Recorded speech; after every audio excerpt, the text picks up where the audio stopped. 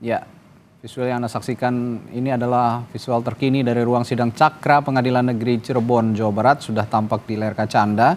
Salah satu ahli yang akan memberikan keterangannya adalah mantan Kabar Eskrim Susno Duaji, Komisaris Jenderal Polisi Purnawirawan Susno Duaji.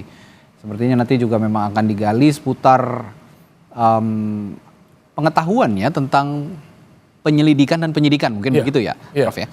Karena bisa didasarkan pengetahuan, didasarkan pengalaman. Dan kompetensi Pak Susno, saya kira lebih pada fokus itu. Sebagai mantan Kabar Eskrim. Mungkin akan ditanyakan tentang prosedur penyelidikan, prosedur penyidikan, prosedur penangkapan, penahanan. Menurut Perkap tentang manajemen penyidikan itu seharusnya bagaimana? Seharusnya bagaimana? Terus kemudian faktanya bagaimana? Nah itulah masalah kan. Antara seharusnya dan sebenarnya terjadi kesenjangan, itulah masalah. Nah kemudian persoalan yang menarik adalah sejauh mana kemudian hakim mempertimbangkan tentang urgensi dari soal pengungkapan penyidikan ini. Karena seandainya terjadi cacat prosedur, terjadi cacat kewenangan dalam proses penyidikan tadi itu, mestinya kan di mekanisme pra-peradilan. Peradilan yang memeriksa tentang soal kebenaran dari suatu prosedur. Tetapi ya tentunya hakim tidak menolak ya ahli yang dihadirkan oleh para pihak, termasuk pemohon. Cuman persoalannya adalah hakim yang memiliki otoritas untuk menilai apakah relevan dengan perkara yang disidangkan atau tidak.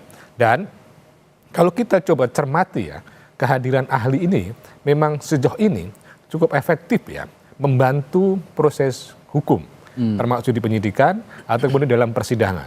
Kalau kita cek misalnya bahwa setiap persidangan seringkali menggunakan ahli. Tetapi yang perlu menjadi catatan adalah bahwa ahli itu boleh berpendapat, di mana pendapatnya tidak boleh dibantah, karena pendapatnya tadi itu, sehingga adalah tidak lazim misalnya terjadi debat ya antara penasihat hukum dengan ahli, antara jaksa dengan ahli, karena mereka masing-masing pendapat yang sebenarnya dihormati.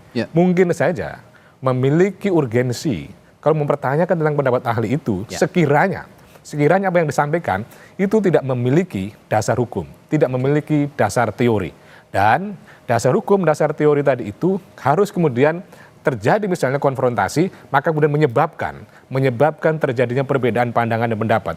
Seringkali kita muncul sebuah stigma, sebuah opini, sebuah pandangan ya yang seolah-olah ketika 10 sarjana hukum berkumpul bisa 15 pendapat hukum yang muncul karena masing-masing punya pendapat, bahkan pendapatnya lebih. Saya kira itu mestinya tidak boleh terjadi karena bertentangan dengan aspek kepastian hukum. Itu tidak bisa terjadi kalau seandainya clear tadi apa yang disampaikan Pak Susno, sumber kebenarannya. Bukan melakukan pembenaran dengan mengajukan dirinya sebagai sumber kebenaran. Yang itu akhirnya secara subjektif. Mestinya tadi itu tidak boleh terjadi. Bahwa kemudian bagaimana seorang ahli, termasuk seorang saksi, itu mengungkapkan apa adanya. Bukan ada apanya, ataupun apa-apa ada. Nah itu yang jadi masalah. Maka apa adanya harus sesuai dengan fakta, sesuai dengan teori. Kalau ada apa-apanya, ada kepentingan di balik itu. Nah kalau ada apa ada semuanya, itu yang jadi masalah juga. Jadi harapannya adalah ahli, saksi mengungkapkan fakta yang sebenarnya, mengungkapkan teori yang sebenarnya, mengungkapkan ilmu yang sebenarnya, dan kepentingannya sama yang disampaikan Pak Susno tadi, mencari kebenaran. Supaya ada keadilan. Karena keadilan tadi harus bersumber dari kebenaran, dan keadilan tadi untuk siapa? Untuk korban, untuk keluarga korban, untuk terpidana, mantan terpidana, tetapi bahwa harus tetap menghormati prosedur yang ada, menggunakan cara yang benar. Itulah yang kemudian cara mengungkapkan sebuah kebenaran. Karena adalah menjadi tidak adil, ada orang meninggal, itu kemudian tidak ada yang diminta pertanggungjawaban. Menjadi lebih tidak adil lagi, orang yang tidak salah kemudian dihukum. Itu. Baik. Tampaknya 3 hakim yang memimpin sidang pagi hari ini sudah masuk. Ada Hakim Rizka Yunia sebagai Hakim Ketua, Galuh Rahmaesti dan Justisia Permatasari yang akan memimpin jalannya sidang PK Saka Tatal